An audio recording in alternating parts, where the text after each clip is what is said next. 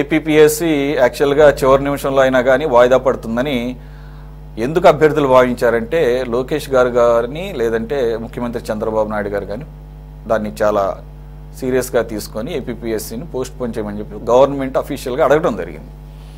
కానీ MLC code ఉండటం మూలంగా కుదరదని చెప్పేసి ఏపీపీఎస్సీ పరీక్షను అయితే కండక్ట్ చేసింది. దీని మూలంగా అభ్యర్థులే చాలా కన్ఫ్యూజ్ అయ్యారు, ఇబ్బందులు పడ్డారు. కొంతమంది అయితే ఎలాగూ వాయిదా పడుతుందన్న నమ్మకంతో, ప్రభుత్వం కూడా ఇంటర్ఫియర్ అయిందన్న ఒక నమ్మకంతో పరీక్షా కేంద్రాలకు దూరంగా ఉన్నా కూడా ఎలా వెళ్ళాలి అనే దాని మీద ముందస్తు ఏర్పాట్లు కూడా చేసుకోలేదు. బట్ అయినా కూడా దాదాపుగా 92% మెంబర్స్ అటెండ్ అయ్యారు, ఎగ్జామ్ అయితే రాశారు. దీన్ని రకరకాలుగా చూస్తున్నారు. నిజంగా గవర్నమెంట్ ఇక్కడ ఏదో గేమ్ ఆడింది, నిజంగా గనక ఆపాలనుకుంటే ఆపగలిగేదే. ఇక్కడ ఏపీపీఎస్సీ గవర్నమెంట్ ఇద్దరు కూడా అభ్యర్థులతో ఆటలాడుకున్నారు. ఈరోజు జగన్మోహన్ రెడ్డి గారు కూడా అదే మాట మాట్లాడుతున్నారు, గ్రూప్ 2 అభ్యర్థులు మోసం చేశారని చెప్పేసి. ఈ టోటల్ ఎపిసోడ్ని ఎలా చూడాలి? సురేష్ గారు, ఈ పరీక్షలకు సంబంధించినటువంటి ఈ రోస్టర్ విధానము, ఈ నోటిఫికేషన్స్ అన్ని కూడా వైసీపీ హయాంలోనే జరిగింది. మా కూటమి వచ్చిన తర్వాత ఫ్రేమ్ చేసినటువంటి వ్యవహారం కాదు ఇది. అది ప్రధానమైనటువంటి మాట. రెండోది, ఏపీపీఎస్సీ చైర్మన్ ని ప్రభుత్వ సిఫార్సుతో నియమించేవాళ్ళు గవర్నర్. వాళ్ళని తొలగించాలంటే మళ్ళీ ముఖ్యమంత్రికి పవర్స్ లేవు, ప్రభుత్వానికి పవర్స్ ఉండవు. మళ్ళీ రాష్ట్రపతి లేదా గవర్నర్ వాళ్ళు మాత్రమే తొలగించాలి. ఏపీపీఎస్సీ అనేది స్వతంత్ర ప్రతిపత్తి కలిగినటువంటి సంస్థ. కొన్ని అభ్యంతరాలు ఈ పరీక్ష రాసే విద్యార్థుల్లో వచ్చింది కాబట్టి పరిశీలించమని మాత్రమే రాష్ట్ర ప్రభుత్వం చెప్పింది. మీరు కావాలంటే చూడండి, పరీక్షలు వాయిదా ఏమని చెప్పి లోకేష్ గారు చెప్పలా, చంద్రబాబు నాయుడు గారు కూడా చెప్పలా ఇలాంటి అభ్యంతరాలు వస్తున్నాయని. వాళ్ళు ఏపీపీఎస్సీ వాళ్ళు మొత్తం కూడా సమీక్షించి ఇప్పుడున్న పరిస్థితుల్లో ఇది హైకోర్టులో కూడా ఈ వ్యవహారం ఉంది కాబట్టి పరీక్షలు నిర్వహించడమే కరెక్ట్ అని చెప్పి నిర్ణయించుకొని వాళ్ళు పరీక్షలు నిర్వహించారు. అంటే ఒక కూటమి ప్రభుత్వంలో సంస్థలు ఎంత స్వతంత్రంగా పనిచేస్తున్నాయని చెప్పడానికి ఏపీపీఎస్సీ ఒక ఉదాహరణ.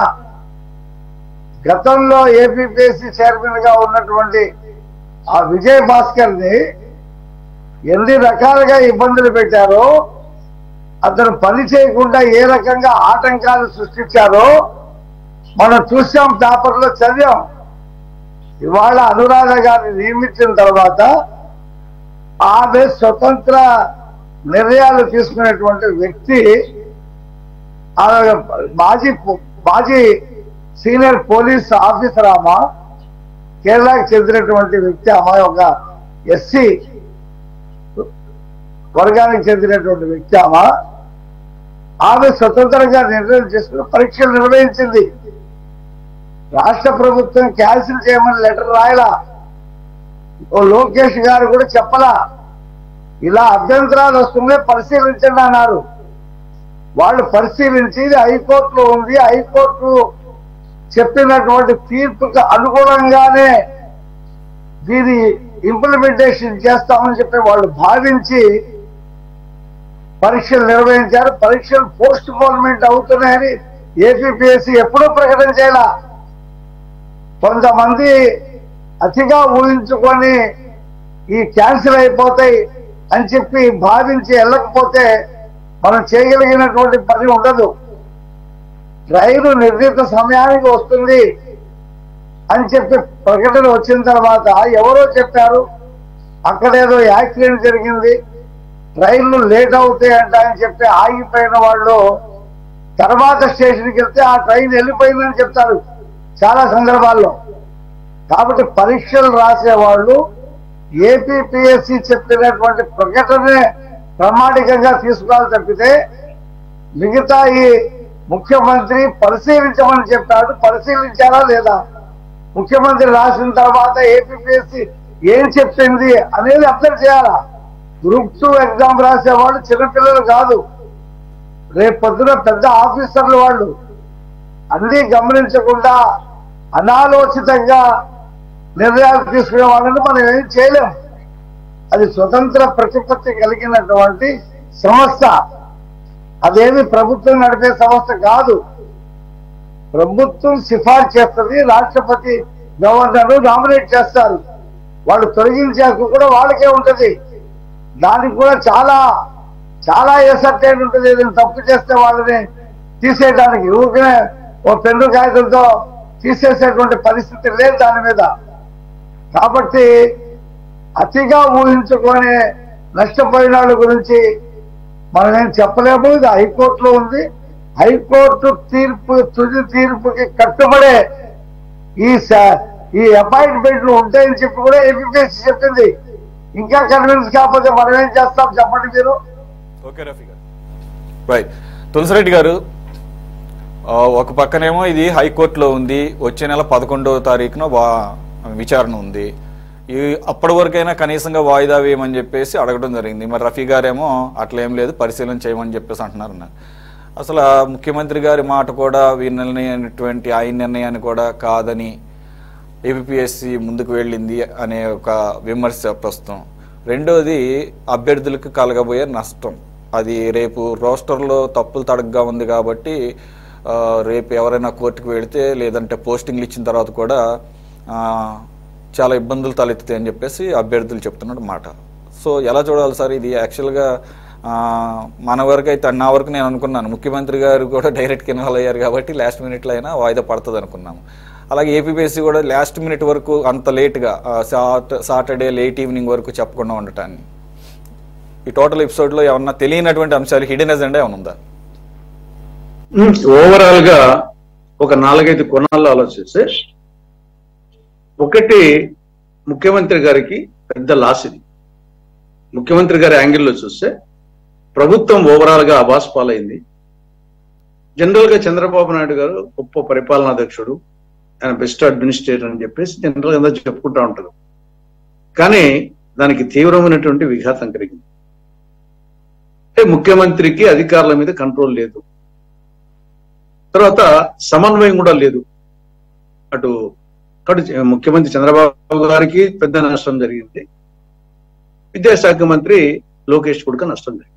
కాబట్టి అది ఆ యాంగిల్లో వచ్చేసి సరే, అది లోపల ఏమన్నా కానీ నష్టం జరిగింది వచ్చేసి ఆయనకు వచ్చేసి అడ్మినిస్ట్రేటర్ గా ఉన్న పేరుకు వచ్చేసి విఘాతం కలిగింది. నంబర్ 1 ఆ పక్క. నెక్స్ట్ ఏపీఎస్సీ చైర్మన్ కోణాలు చూస్తే ఆవిడకు మంచి పేరు వచ్చింది. తర్వాత పర్యవసానాలు ఏమైనా కానీ ముఖ్యమంత్రిని కూడా కేర్ చేయలేదు కాబట్టి డేర్ అండ్ డెబిల్ గా డెసిషన్ తీసుకున్నది. కాబట్టి పరీక్షలు కూడా పకడ్బందీగా నిర్వహించారు. లాస్ట్ మూమెంట్ లో తీసుకున్నా కానీ 92% అయ్యారు, ఎక్కడ కూడా అవాంతరాలు జరగలేదు. కాబట్టి ఎగ్జామ్స్ బాగా జరిపించింది. ముఖ్యమంత్రి చెప్పినా కేర్ చేయలేదు. కాబట్టి అనురాధకు వచ్చేసి చాలా మంచి పేరు వచ్చింది. అది 2వ అంకం. 3వది పరీక్ష రాసినటువంటి అభ్యర్థులు మీరు చెప్పినట్టు కొంత కన్ఫ్యూజన్, ఇది పరీక్షలు వాయిదా అయితే ఏమో అనే ఆలోచనలో ఉన్నారు వాళ్ళు. కానీ ఆ కన్ఫ్యూజన్ లో ఏది ఏమైనా కనీసం పరీక్ష రాశాము, మళ్ళా వాయిదా పడకుండా మళ్ళా చదవకుండా అని చెప్పేసి రాసిన వాళ్ళు, అంటే అర్హులైనటువంటి అర్హత పొందినటువంటి ఆ యొక్క 92,950 మంది అర్హత పొందిన వాళ్ళలో సరే 79,001 మంది రాశారనుకోండి. వాళ్ళకు వచ్చేసి రాసిన వాళ్ళకు కొంత కన్ఫ్యూజన్ అయినా కానీ వాళ్ళు వచ్చేసి కొంత సంతోషంతో ఉంటారు, ఏదో జరిగింది అని చెప్పేసి. తర్వాత వద్దు అన్న వాళ్ళు, ఎందుకంటే వాళ్ళు అర్హత పొందని వాళ్ళు ఎక్కువ మంది, అర్హత పొందని వాళ్ళు వచ్చేసి అర్హత పొందిన వారందరూ కావాలనే, అర్హత పొందని వారు వచ్చేసేసి వాళ్ళు ఎట్లాగో అర్హత పొందలేదు కాబట్టి ఇది క్యాన్సిల్ అయింటే గనా నెక్స్ట్ దానికి అర్హత వచ్చిండదేమో అనే యాప్తో వాళ్ళు బాధగా ఉంటుంది. కాబట్టి ఈ 4 కోణాలు ఒకటి ఆలోచన. అయితే 5వది అనురాధ గారి యొక్క పాయింట్స్ వచ్చేసి ఎందుకు వాయిదా వేయలేదు దానికి, ఒకటి ఆల్రెడీ ఒకసారి వాయిదా పన్నారు. 2వది హైకోర్టులో సింగిల్ జడ్జి వచ్చేసి దాని మీద వచ్చేసి వాయిదా వేయమని పోతే రోస్టర్ పాయింట్స్ పోతే స్టే ఇవ్వలేదు కాబట్టి హైకోర్టు ఒకటి ఉంది. 3వది అర్హులకు వచ్చేసేసి వాళ్ళకి నష్టం జరగకూడదు. నాలుగవది కొన్ని కోచింగ్ సెంటర్స్ డెఫినెట్ గా ఉంటుంది. కోచింగ్ సెంటర్స్ కి వచ్చేసి మళ్ళా అయితే మళ్ళీ వాళ్ళు వీళ్ళు కొత్తగా వచ్చే వాళ్ళు అందరూ వస్తారని చెప్పేసి నాస్తిగా వాళ్ళ యాంగిల్లో వాళ్ళు ఆలోచిస్తుంటారు. కాబట్టి కోచింగ్ సెంటర్స్ యొక్క ప్రమేయం కూడా దీంట్లో ఉండేదానికి అవకాశం ఉంది అని ఆవిడ చెప్పిన పాయింట్లు కొంత జస్టిఫైబుల్. కాకపోతే ఏమంటే మార్చి 11న ధర్మాసనం ఉంది కాబట్టి అంతవరకు ఆగింటే బెటర్ గా ఉందేమో, అది మళ్ళా కన్ఫ్యూజ్ లేకుండా అనేది ఒక యాంగిల్ నెగటివ్ పాయింట్ అనేది ఆ ఒక పాయింట్ ఉంది. కానీ మిగతా 4 పాయింట్స్ ఆవిడ ఆర్గ్యుమెంట్ కు బాగానే ఉన్నాయి. ఇక్కడ ఇంకా రోస్టర్ పాయింట్ మరి అది ఎవరిది కరెక్ట్? దాంట్లో రోస్టర్ పాయింట్ రోస్టర్ సిస్టమ్ సంబంధించి ఏమీ లేదని ఆవిడ అంటుంది. రోస్టర్ మీదనే మొత్తం సమస్య వచ్చిందని, అది వర్టికల్ రోస్టరు హారిజంటల్ రోస్టర్ దాని మీద సమస్య వచ్చిందని చెప్పేసి అంటున్నారు. అది కరెక్ట్ గా మరి ఆ రోస్టర్ అనేది ఆవిడేమో రోస్టర్ సిస్టమ్ నుంచి ఏం దాంట్లో లేదు, నోటిఫికేషన్ లేదని ఆవిడ అంటుంది. ఇది ఓవరాల్ గా నా అబ్జర్వేషన్. ఏది ఏమైనా ఒక బ్రహ్మాండ అడ్మినిస్ట్రేటివ్ చంద్రబాబు నాయుడు అనే ఒక దానికి ఒక కలంకం జరిగింది. వచ్చేసి ఆయనకు నష్టం ఎక్కువ, వచ్చేసి ప్రభుత్వానికి నష్టం జరిగింది. అనురాధకు వచ్చేసి what ever it may be వచ్చేసి ఒక డేర్ అండ్ డేవిల్ లేడీగా ఆవిడ గుర్తుకొచ్చిన అభిప్రాయం. మొయినుద్దీన్ గారు, అసలు ఈ మొత్తం నోటిఫికేషన్ ప్రక్రియ అంతా మీ ప్రభుత్వ హయాంలో హడావిడిగా 2023 చివరిలో నోటిఫికేషన్ విడుదల చేశారు. అప్పుడే చెప్పారు ఈ నోటిఫికేషన్లో రోస్టర్ విధానం అనేది తప్పులు తడకగా ఉంది, మార్చండి అని. అయినా కూడా వారి అభ్యర్థులను పరిశీలించకుండా 2024 ఫిబ్రవరిలో ప్రిలిమ్స్ నిర్వహించేశారు. ప్రిలిమ్స్ నిర్వహించిన తర్వాత ఇక అది కాంప్లికేటెడ్ అవుతుంది. మీరేం చేశారు? ఎలక్షన్స్ వచ్చేస్తున్నాయి కాబట్టి ఈ పోస్టుల ప్రక్రియలో ముందుకు వెళదామని చెప్పేసి ఒక తొందరపాటు చర్య కనబడుతుంది. ఇప్పుడు వచ్చేసేమో జగన్మోహన్ రెడ్డి గారు గ్రూప్ 2 అభ్యర్థులకు అన్యాయం చేశారంటున్నారు. అంటే మీ ఉద్దేశం వాయిదా వేయాలని కోరుకుంటున్నారా?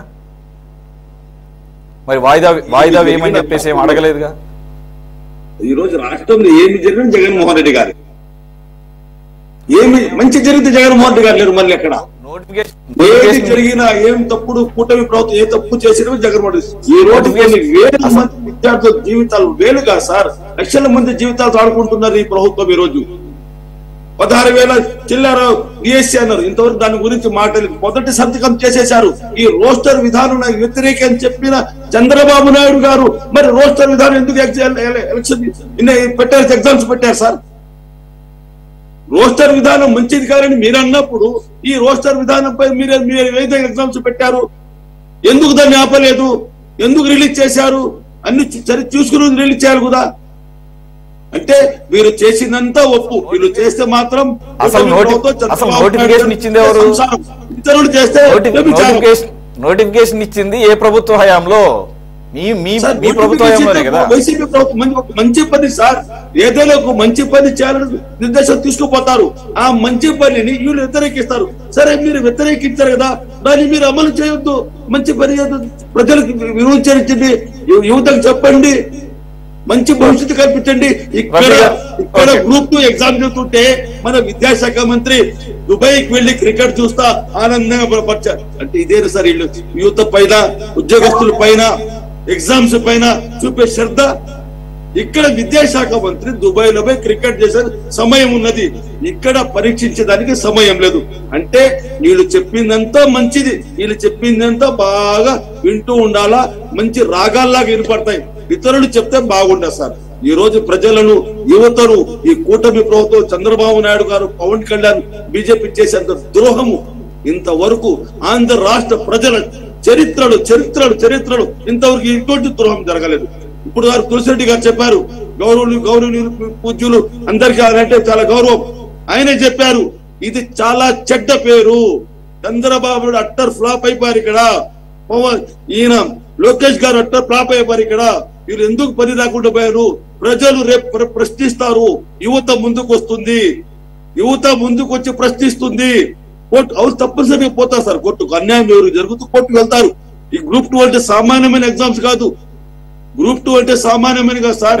చిల్లర వాళ్ళు రాయరు దీని ఎగ్జామ్స్, మంచి మేధావులు రాస్తారు గ్రూప్ 2. రఫీ గారు ఎనీ అబ్జెక్షన్? చిన్న ఎగ్జాంపుల్ చెప్తా. మొన్న భారత ఎన్నికల సంఘం ప్రధాన అధికారిని నియామకం జరిగింది. కేసు సుప్రీంకోర్టులో ఉంది. సుప్రీంకోర్టు చీఫ్ జస్టిస్ని తొలగిస్తూ కేంద్ర ప్రభుత్వం ఆ ప్లేస్ లో హోంమంత్రిని పెట్టింది. రాహుల్ గాంధీ గారు రిటర్న్ గా అబ్జెక్షన్ ఇచ్చాడు. సుప్రీంకోర్టులో ప్రశాంత్ భూషణ్ కేసు వేశాడు. ఆ జడ్జిమెంట్ వచ్చే వరకు ఈ నియామకం ఆపండి, తర్వాత నిర్ణయం తీసుకుందామంటే కేంద్ర ప్రభుత్వం లెక్క చేయకుండా ఆ నియామకం జరిపేసింది. ఇప్పుడు ఇక్కడ ఎవరిని అనాలి సార్? ప్రధానమంత్రి ఫెయిల్ అయిపోయాడు అనాలా, లేకపోతే సక్సెస్ అయిపోయాడు అనాలా? కొన్ని జరుగుతూ ఉన్నాయి. ఇప్పుడు ఇక్కడ అనురాధ చేసిందామా? చంద్రబాబు నాయుడు గారు ఆపమని అని చెప్పలా, ఈ అభ్యంతరాలు పరిశీలించండి అన్నాడు. ఆమె పరిశీలించింది, దీంట్లో అబ్జెక్షన్స్ లేవు కాబట్టి జరిపింది. ఇక్కడ చంద్రబాబు నాయుడు గారు ఫెయిల్ అయింది లేదు, ఆమె సక్సెస్ అయింది లేదు. ఆమె బాధ్యత అది. ఆ ప్లేస్ ఉంది కాబట్టి నిర్వహించాలో నిర్వహించింది. దీంట్లో ప్రాబ్లం ఏముంది సార్? లక్ష్మణ్ రెడ్డి గారు మీ అబ్జర్వేషన్ ఏంటి ఓవరాల్ గా? తులసిరెడ్డి గారు చెప్పినట్టుగా అనురాధ్ గారికి ఆమె సర్వీస్ లో చాలా నిజాయితీగా పనిచేసేవారని, అంకిత భావంతో పనిచేసేవారని మంచి పేరు ఉంది. ఆ పేరు ఈరోజు ఈ పరీక్షలు నిర్వహించడంలో కూడా అది వాస్తవం చెప్పి రుజువైంది. అయితే ఫిబ్రవరిలో ప్రిలిమ్స్ జరిగి 4 లక్షల మంది పరీక్ష రాసి అందులో 1 లక్ష పైగా సెలెక్ట్ అయితే ఫిబ్రవరి నుంచి ఇప్పుడు ఫిబ్రవరి 24 నాటికి ఈ టైంలో చాలా చోట్ల విద్యార్థులు ఈ రోటర్ సిస్టమ్ని పాటించలేదు అని నినాదాలు చేసుకుంటూ, ధర్నాలు చేస్తూ, ఊరేగింపులు చేస్తూ రకరకాలు జరుగుతూ ఉంది. కానీ చివరిదాకా స్పందించకుండా ఉండటం విద్యార్థులు మరింత అయోమయాన్ని పెంచడం జరిగింది. చాలా మంది అయితే రాత్రి బయలుదేరి ఉదయాన్నే గుంటూరుకి, విజయవాడకి రావాల్సిన పరిస్థితి ఎగ్జామ్స్ రాయటానికి. సాయంత్రం 5-6 దాకా జరుగుతాయా లేవా అనే అయోమయంతో ఉన్న పరిస్థితి. దాన్ని నివారించడానికి కృషి చేసి ఉంటే బాగుండేది. రఫీ గారు ఒక మంచి ఉదాహరణ చెప్పాడు. ఎన్నికల కమిషన్ ఎంపిక విధానం అది ఎంత దారుణం అండి. 3 ఉన్న కమిటీలో చీఫ్ జస్టిస్ ఆఫ్ ఇండియాని తీసేసి ఒక పార్టీకి సంబంధించిన ఒక కేంద్ర మంత్రిని పెట్టుకొని అందులో 2 ఓట్లు వారికి, 1 ఓటు అపోజిషన్ లీడర్కి ఉండి అక్కడ వారు తీసుకున్న నిర్ణయాన్ని ప్రకారం ఎన్నికల కమిషన్ నియమించే పరిస్థితి ఉంటే తెలుగుదేశం పార్టీ ఏమి స్పందించలా, వ్యతిరేకించలా. ఈ తప్పల్లా ఈ రకంగా నియామకాలు జరిగితే ఎన్నికల కమిషన్ సక్రమంగా జరుగుద్ది, సక్రమంగా నిర్వహిస్తుంది, న్యాయబద్ధంగా ఉంటుంది, రాజ్యాంగబద్ధంగా ఉంటుందని ఎవరు ఊహించలేదు. అలాంటి ఎంపిక జరిగింది. 19వ తేదీ సుప్రీంకోర్టు జడ్జిమెంట్ విచారణ ఉంటే 17వ తేదీ కమిటీ మీటింగ్ పెట్టి 17 నైట్కి నియామకం చేసి 18 మార్నింగ్ డ్యూటీలో జాయిన్ అయిపోయారు. 19వ తేదీ విచారణకి వారికి ఉన్న అటార్నీ జనరల్ హాజరు కాకుండా ఏదో ఒక వంక చెప్పి వాయిదా వేసుకున్నారు. అంటే మొత్తం ప్రజాస్వామ్యం ఈ దేశంలో ఎలా ఉందో ఈ ఒక్క ఉదాహరణతో అర్థమవుతుంది. కానీ ఇక్కడ ఈ అభ్యర్థుల విషయంలో మాత్రం ఇంత అయోమయాన్ని గురి కావాల్సిన అవసరం లేకుండా చూడాల్సింది. ముందుగానే ఒక రివ్యూ మీటింగ్ నాటి పెట్టుకొని ముఖ్యమంత్రి కానీ, విద్యాశాఖ మంత్రి కానీ, ఏపీపీఎస్సీతో మాట్లాడి ఒక నిర్ణయం తీసుకొని 5-6 రోజుల ముందే స్పష్టమైన నిర్ణయం చెప్పుంటే ఎగ్జామ్ జరుగుతాయి, అందరు రాయాల్సిందే, ఆ తర్వాత హైకోర్టు ఏ తీర్పు ఇస్తే ఆ తీర్పుకి మనం అందరం కట్టుబడి ఉందాం అని అలా చెప్పుంటే బాగుండేది. కానీ ఒక ఈవినింగ్ దాకా ఎలాంటి నిర్ణయం జరగకపోవడం వలన విద్యార్థుల్లో అయోమయ పరిస్థితి ఉంది. దాన్ని నివారించాల్సిన అవకాశం ఉంది. కానీ రఫీ గారు మేము వ్యవస్థను చాలా కాపాడుకుంటాం, చాలా భద్రంగా ఉంటాం, వాళ్ళకి ఇవ్వాల్సిన అవకాశాలు ఇస్తాం, వారిలో మేము జోక్యం కల్పించుకోమని చెప్తా ఉన్నారు. కానీ అది అవాస్తవం చెప్పని గత 9 నెలల పాలనలో మనకు అర్థమవుతుంది. పోలీసు వ్యవస్థ కానీ, విద్యా వ్యవస్థ కానీ, రెవెన్యూ వ్యవస్థ కానీ, రిజిస్ట్రేషన్ వ్యవస్థ కానీ ప్రతి వ్యవస్థలో కింది స్థాయి శాసనసభ్యుల దగ్గర నుంచి మంత్రి, ముఖ్యమంత్రి దాకా అందరూ ఇన్వాల్వ్ అయ్యేవాళ్ళు. ముఖ్యమంత్రి స్పష్టంగా చెప్తున్నాడు, అందరి ముందు ఓపెన్ గా చెప్తున్నాడు, మేము చేసేది రాజకీయ పాలన, రాజకీయ పాలన చేస్తాం, మా రాజకీయ నేతలు చెప్పిన మాట మీరు వినాలి అని స్పష్టంగా చెప్తున్నాడు. అలా చెప్పటం వల్లే విద్యార్థులకు కూడా కొంచెం నమ్మకం ఏర్పడింది. లోకేష్ గారు చెప్పేశారు, ముఖ్యమంత్రి చెప్పాడు కాబట్టి పోస్ట్ పోన్ అవుతాయి అనేటువంటి ఒక భ్రమలో పడ్డారు. కానీ ఎన్నికలు జరుగుతున్న వాతావరణం, ఎమ్మెల్సీ ఎన్నికలు జరుగుతున్న లక్ష్మణ్ రెడ్డి గారు, నేనైతే ఆయన రాజ్యాంగబద్ధ పాలన అని అంతం విన్నాను తప్ప రాజకీయ పాలన అని అన్నారని నాకైతే గుర్తులేదు. రఫీ గారు ఎప్పుడు అనలా. ఆయన చట్టంలో కూడా 2014 కూడా ఐఏఎస్ ఐపీఎస్ ఆఫీసర్ కూర్చోబెట్టి ఆ నేత మీద చెప్తారు, చెప్పిన పనులు చేయండి రాజకీయ పాలన చేస్తున్నాం. పొలిటికల్ గవర్నెన్స్ దానికి తెలుగు అర్థం రాజకీయ పాలనే.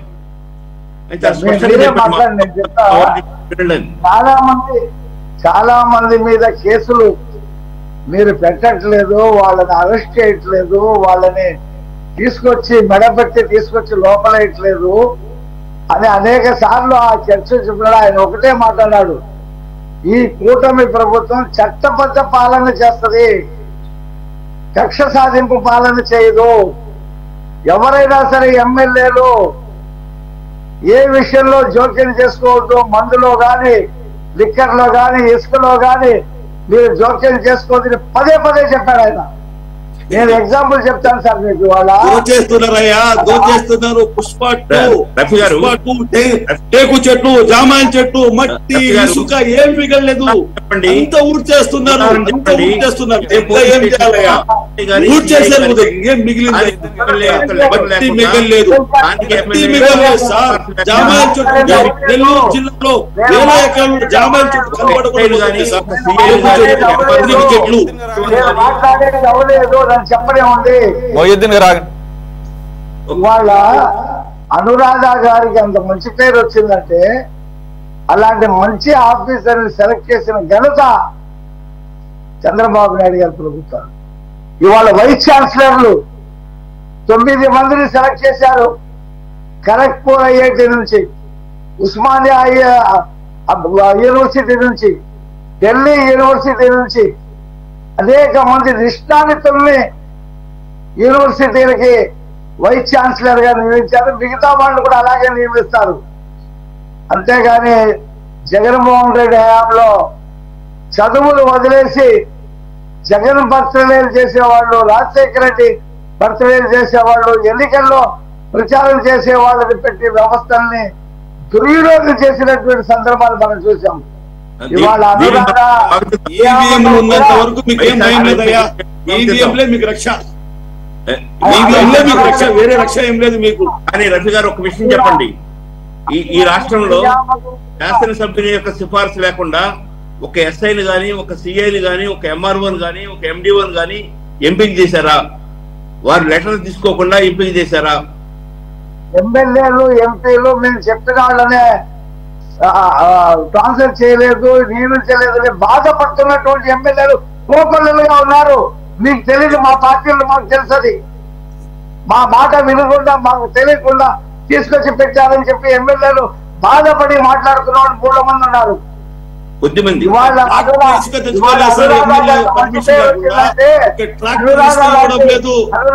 ఎమ్మెల్యే పర్మిషన్ లేకుండా మీరు ఎక్కడికి వెళ్తున్నారు? మీరు 8 నెలల్లో భ్రష్టు పెట్టించారు రాష్ట్రాన్ని. ప్లేస్తే కేసులు, జైల్లో పెట్టడము, కేసులు పెట్టడము.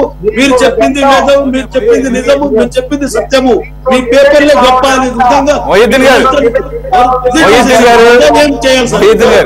ఒక్క నిమిషం.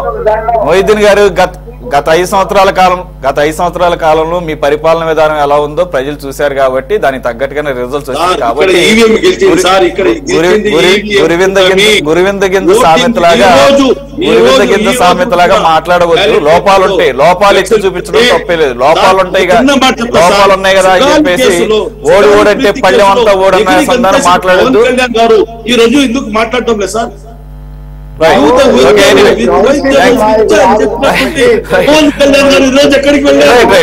ఓకే, మనకి సమయం కూడా లేదు కాబట్టి let's wind up this debate. Thanks for joining Mohiuddin గారు, రఫీ గారు, లక్ష్మణ్ రెడ్డి గారు అండ్ తులసి రెడ్డి గారు. ఇది వాళ్ళ టాప్ డిబేట్. మరో అంశంతో మళ్ళీ కలుద్దాం. Stay tune to city 24/7.